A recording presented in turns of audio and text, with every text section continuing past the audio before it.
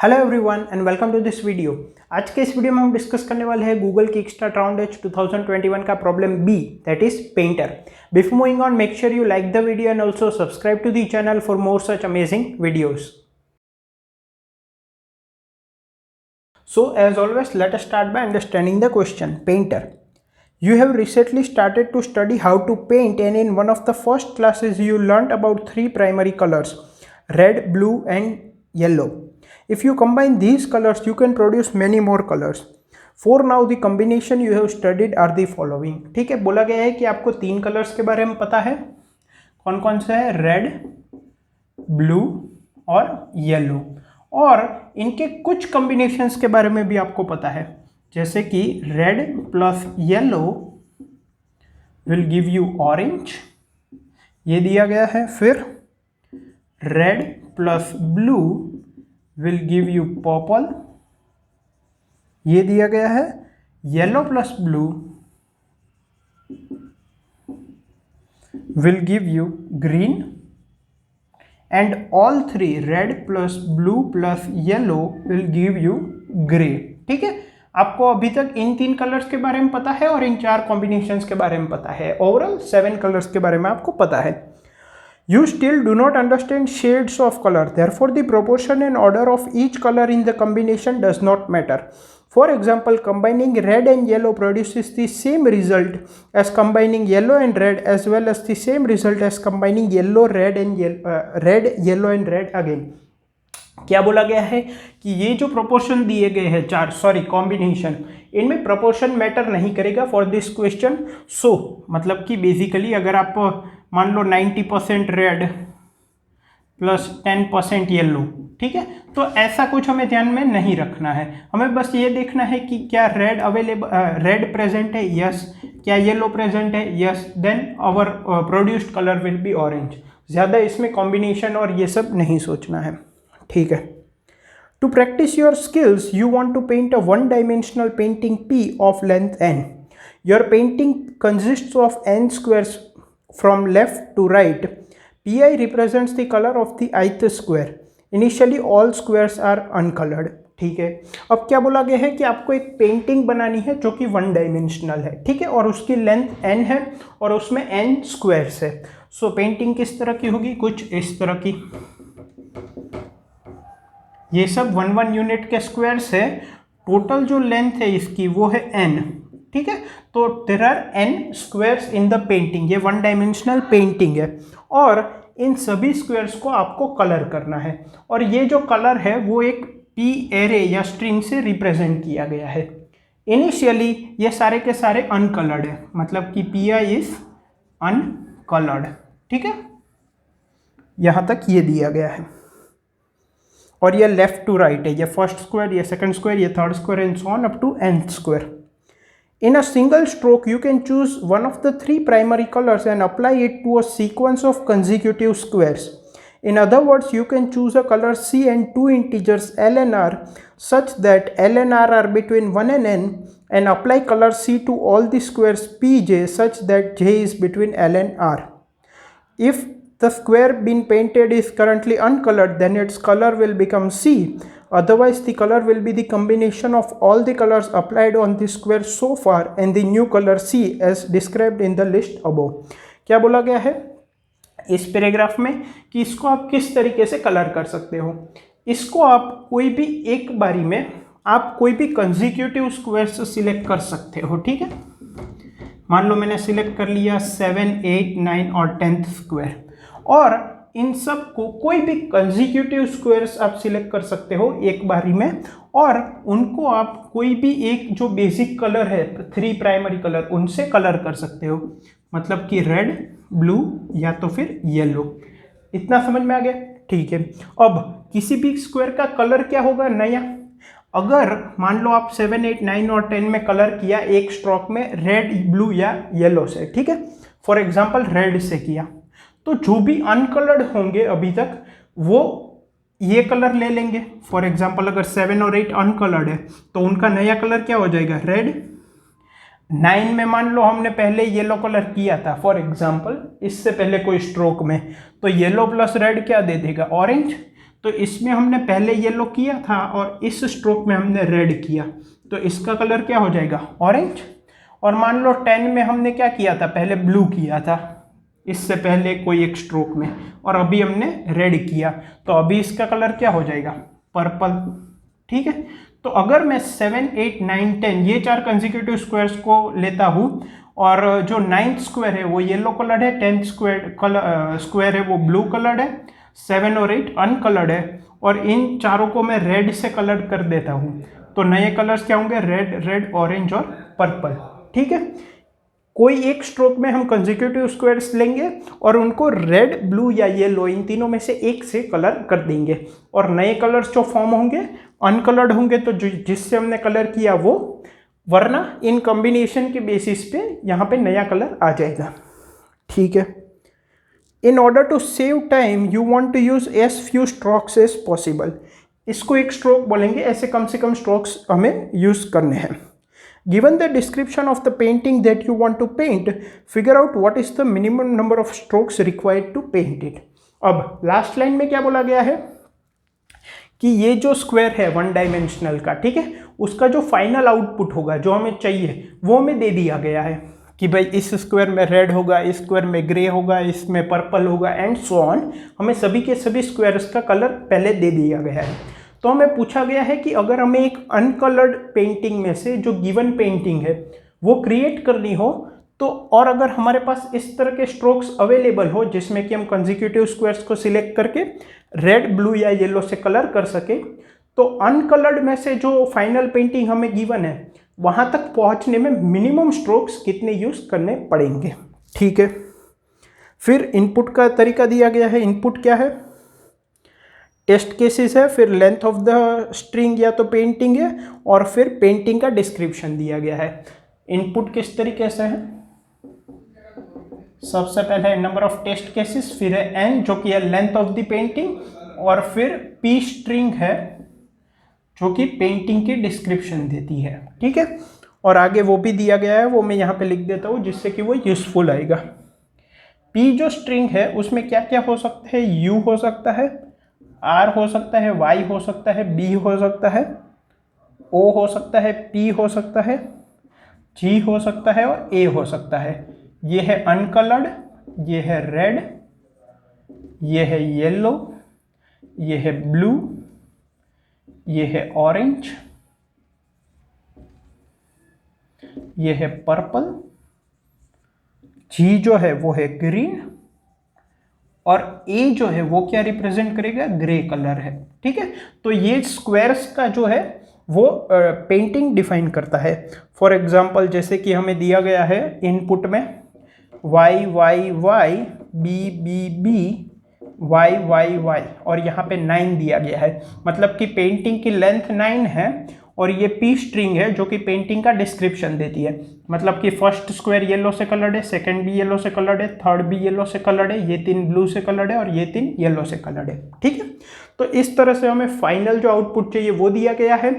उनमें जो डिनोशन है वो ये यूज़ किए गए हैं, मतलब कि अगर ith बिट जो है इस स्ट्रिंग में वो ओ है तो वो जो स्क्वायर होगा वो ऑरेंज होगा, अगर ए है तो वो ग्रे होगा एंड सो ऑन।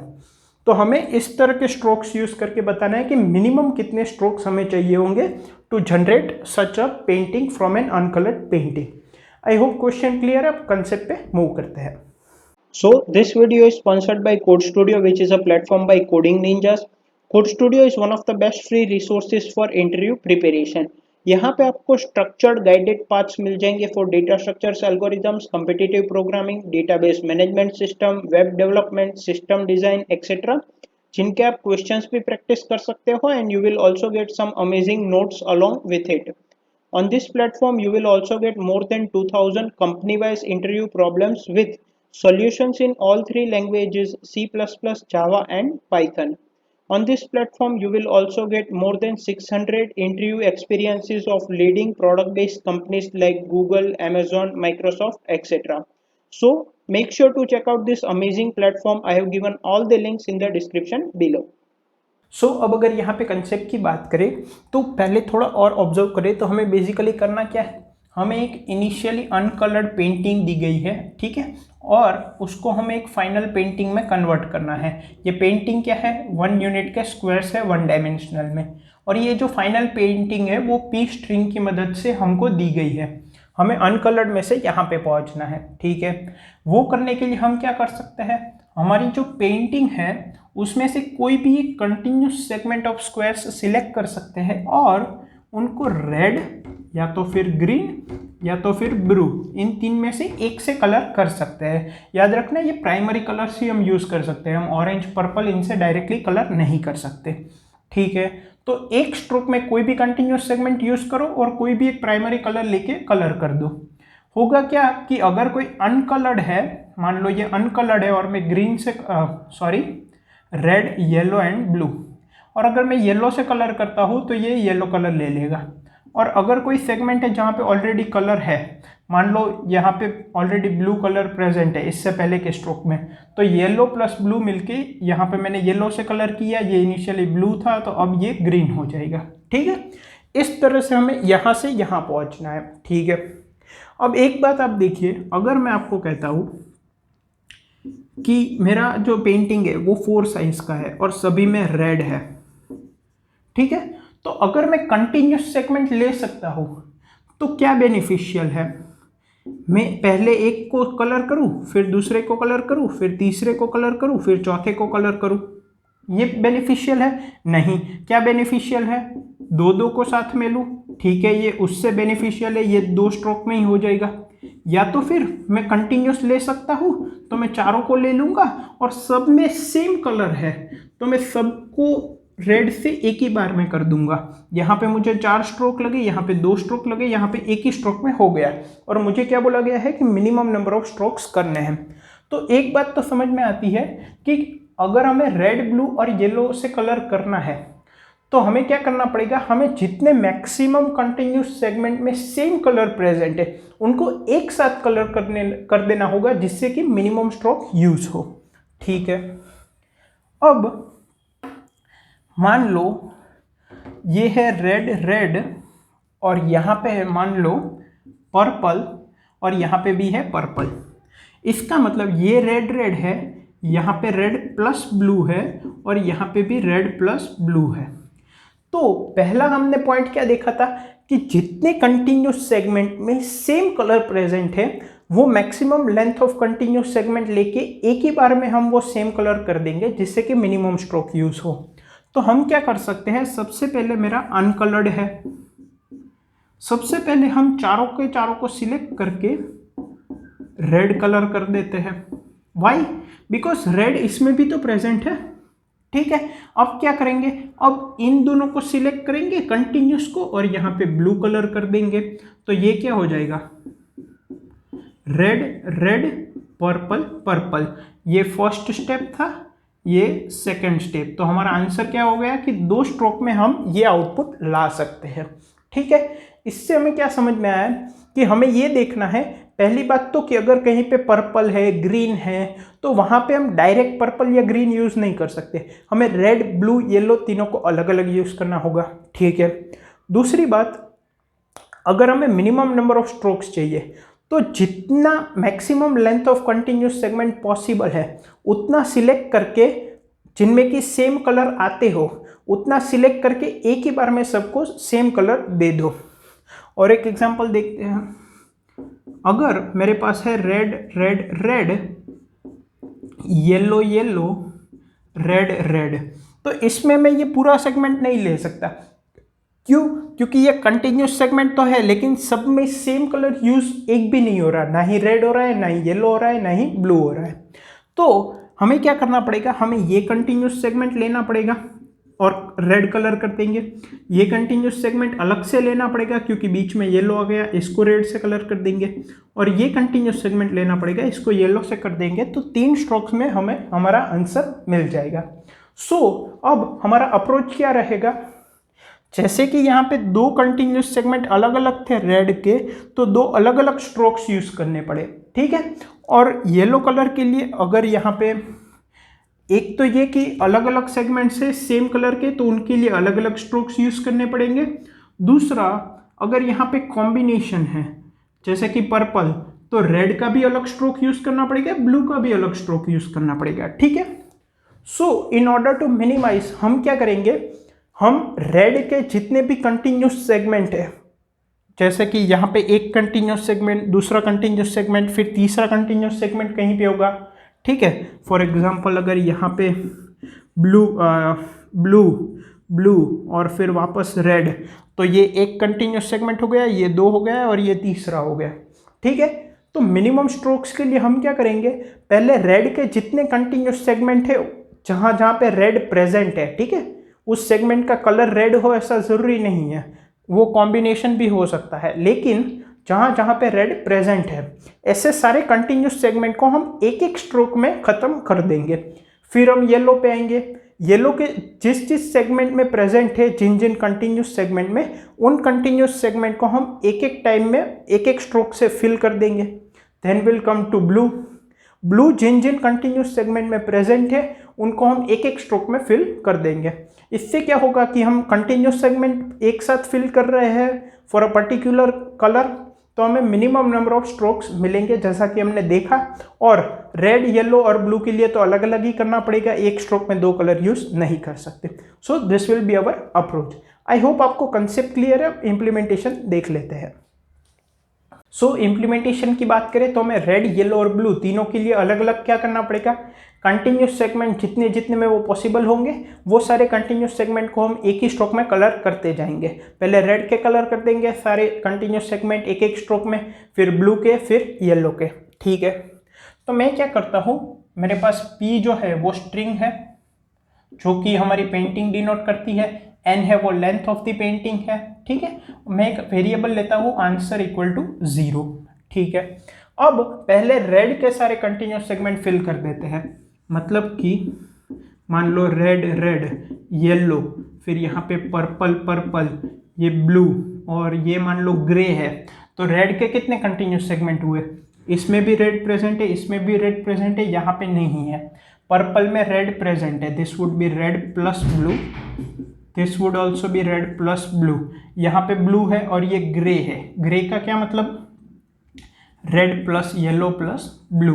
तो कंटिन्यूस सेगमेंट रेड के कितने हुए, एक, दो, क्योंकि यहाँ पे भी रेड प्रेजेंट है, तो ये एक सेगमेंट, ये दूसरा सेगमेंट और ये तीसरा सेगमेंट। तो इस तरह से हमें, तो रेड को हमें 3 स्ट्रोक्स में ख़त्म करना होगा। सो हम क्या कर सकते हैं, for i equal to 0, i is less than n, ठीक है, ओके। अब if p of i equals to r or p of i equals to क्या हो सकता है रेड के लिए, और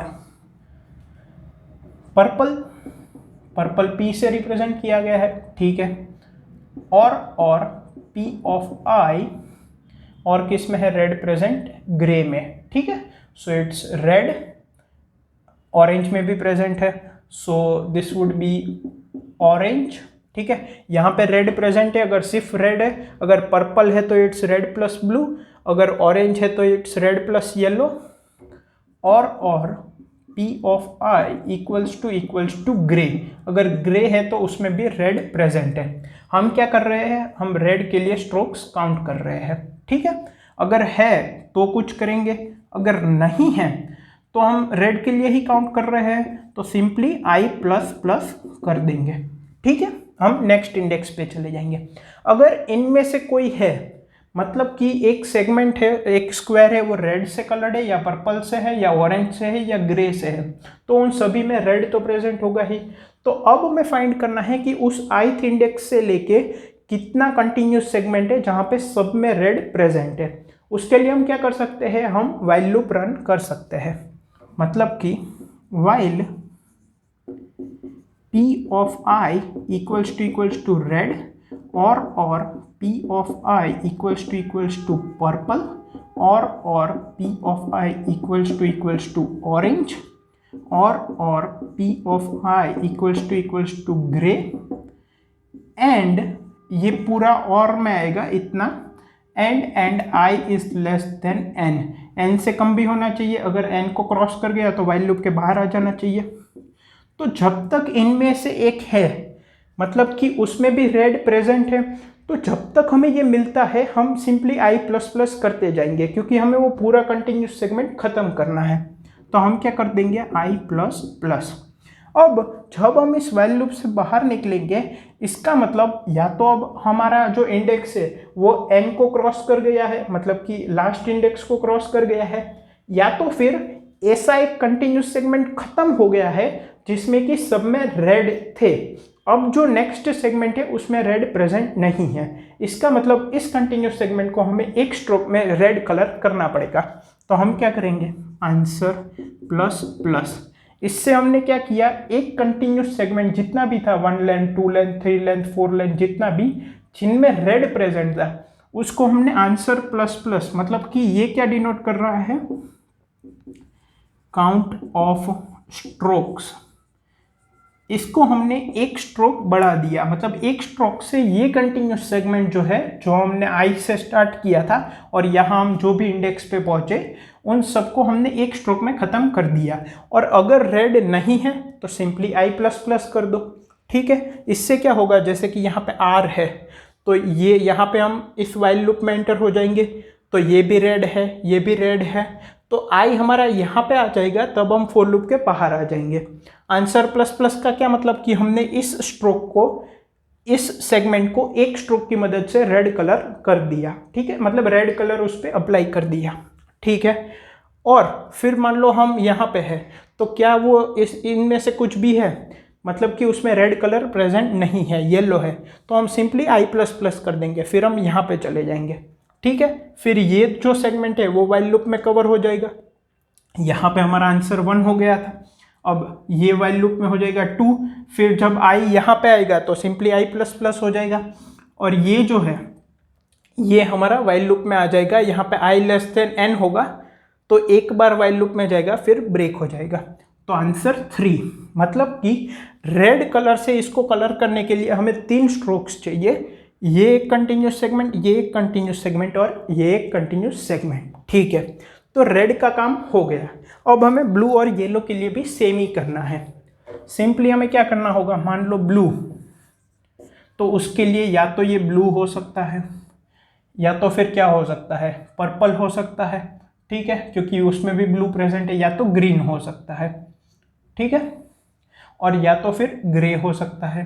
यहाँ पे भी ये ब्लू हो जाएगा, ये पर्पल, ये ग्रीन और ये ग्रे। ठीक है, तो अब क्या होगा, ब्लू के सभी कंटिन्यूस सेगमेंट्स हम कलर कर देंगे इसकी मदद से, और एंड में येलो, उसके लिए क्या होगा, ये वाई हो जाएगा, फिर ऑरेंज, ऑरेंज में भी येलो प्रेजेंट है, और किस में प्रेजेंट है, ग्रीन में प्रेजेंट है और ग्रे में। So this would be yellow Y, this would be orange, this would be green and this would be grey. और अगर येलो उस स्क्वायर में प्रेजेंट नहीं है, मतलब कि येलो ऑरेंज ग्रीन या ग्रे कलर नहीं है, तो सिंपली आई प्लस प्लस कर देंगे। इससे क्या होगा, मतलब कि हमें 3 अलग अलग फोर लूप लगाने पड़ेंगे। तो फर्स्ट टाइम में रेड के सारे स्ट्रोक्स काउंट हो जाएंगे, सेकेंड में मतलब minimum number of red strokes. Minimum क्यों है, क्योंकि हम पूरे कंटिन्यूस सेगमेंट जितना भी है मैक्सिमम उसको एक साथ कलर कर दे रहे हैं एक स्ट्रोक में। फिर दूसरा कंटिन्यूस सेगमेंट आएगा, उसको एक साथ कलर कर देंगे। सो रेड के कंटिन्यूस सेगमेंट जितने भी होंगे वो फर्स्ट फोर लूप में काउंट हो जाएंगे, सेकंड में ब्लू के काउंट हो जाएंगे एंड थर्ड में येलो के काउंट हो जाएंगे। और ये मिनिमम क्यों है ये भी हमने डिस्कस कर लिया। ठीक है, सो आई होप कि आपको ये भी इम्प्लीमेंटेशन भी क्लियर हो गया। अगर टाइम कॉम्प्लेक्सिटी की बात करें तो यहाँ पे ये n साइज के फोर लूप लग रहे हैं, तो टोटल 3n होगा, और जो टेस्ट केसेस है वो 100 है।